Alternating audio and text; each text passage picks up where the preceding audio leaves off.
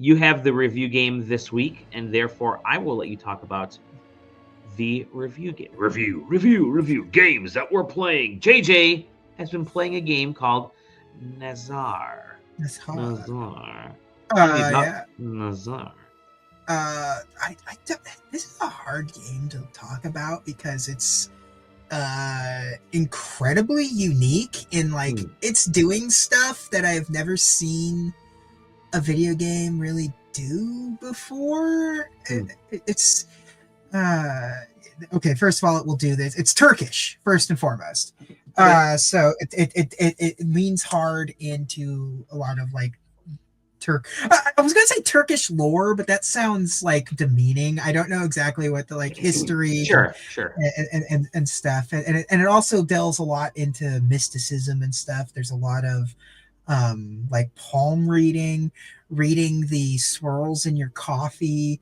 You know those cards? You know those cards that are at the beginning of Ghostbusters that Peter Venkman is doing, and it's got the squiggly lines and stuff. I forget what they're called. They're like Zener cards or something.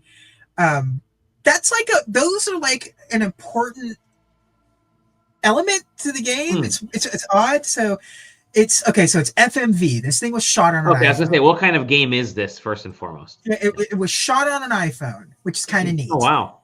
And it is very much a time manipulation, multiversal kind of weird thing. So I'm gonna have you pause it at a point. I'll tell you when, and hopefully we can catch it.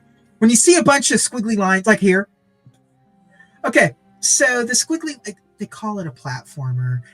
That word is doing a lot of heavy lifting from this because it doesn't really ever feel like a platformer. It's more of you when you're in these sections of the game. You are mostly doing fast forward and reverse kind of stuff. Like when you're pushing forward on the stick, he's following that little white line. That line is sort of the timeline. I get it. Okay. So like your goal is to like you have the power for this kind of stuff, foresight. And you can see into the future and stuff, but also other people can, and your job is to stop the people that are doing it for bad, essentially. So there are times where you're like looking at this timeline and you're trying to like repair it to a point to where it unifies into one, and you remove. He has like a time gun kind of thing, but it's not really a gun. It's like what you're doing is taking their power away. So like you're repairing the timeline over things. Like you'll see like where the line is going in a straight line, and then there's swirls behind that rock.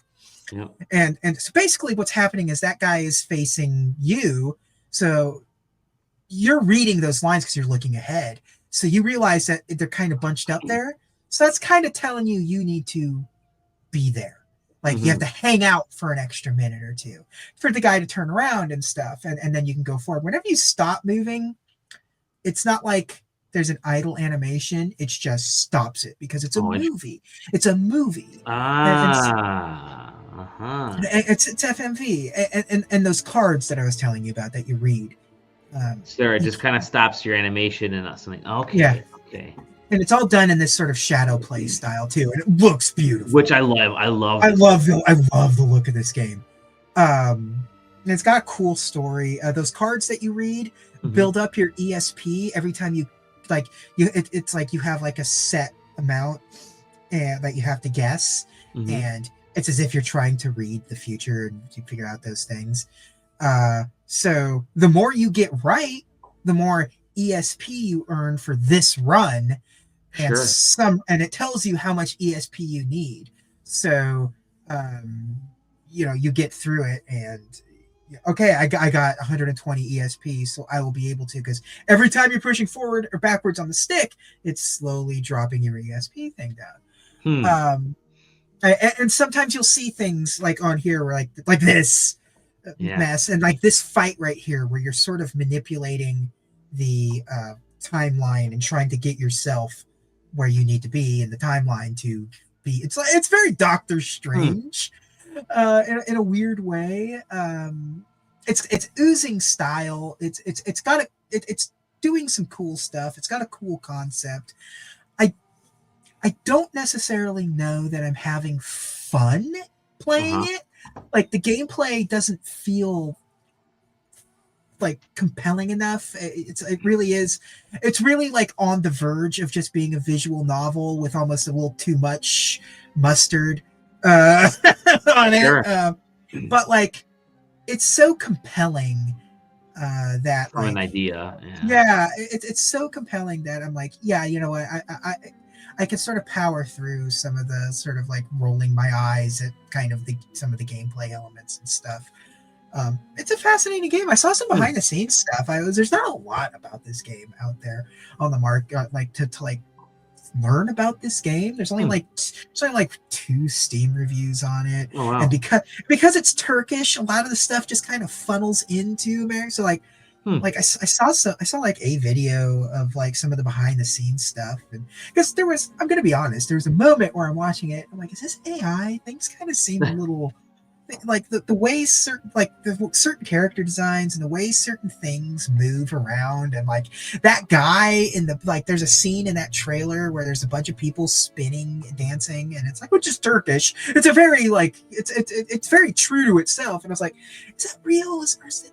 And you see some behind the scenes stuff, it's like, oh no, it's all real. They have unique costumes that create great profiles. Like if you see them without the lighting effect, it's just kind of like makeshift, but because everything's done in sort of that shadow puppet kind of way, it makes everything very striking and stands out. And they those people dancing in the background are real people that are just doing their thing back there. And it's like, okay, well, you know what?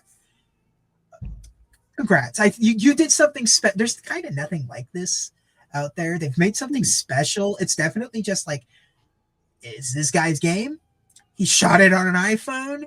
That's cool. And it came together. I don't think that there's anything like particularly like wrong about it. Like it's like, this is the game you wanted to make and did it, and bravo, it's really good. I don't know if it's like I said, I don't know if it's just makes for a necessarily fun game, but it is like a compelling interactive experience, which I think if you sort of strip away game from it, like some of the stuff that I've talked about before. I forget, there's a couple of things I've talked about, like the Atari things and stuff. It's like it's not; those aren't fun to play, but everything that's beside the point. So yeah, it's neat. Yeah, Nazar. It's neat. It's very neat, and it's kind of cool to. You don't see a lot of. Usually, it's an Anglo game or an Asian game. Like you don't see a lot of like the art from Turkey and stuff like that. So it's kind of cool to get like that. Like what would a game from Turkey be? And like, oh wow, they went for it, and I respect that a lot. Sure. So yeah, cool game. Awesome.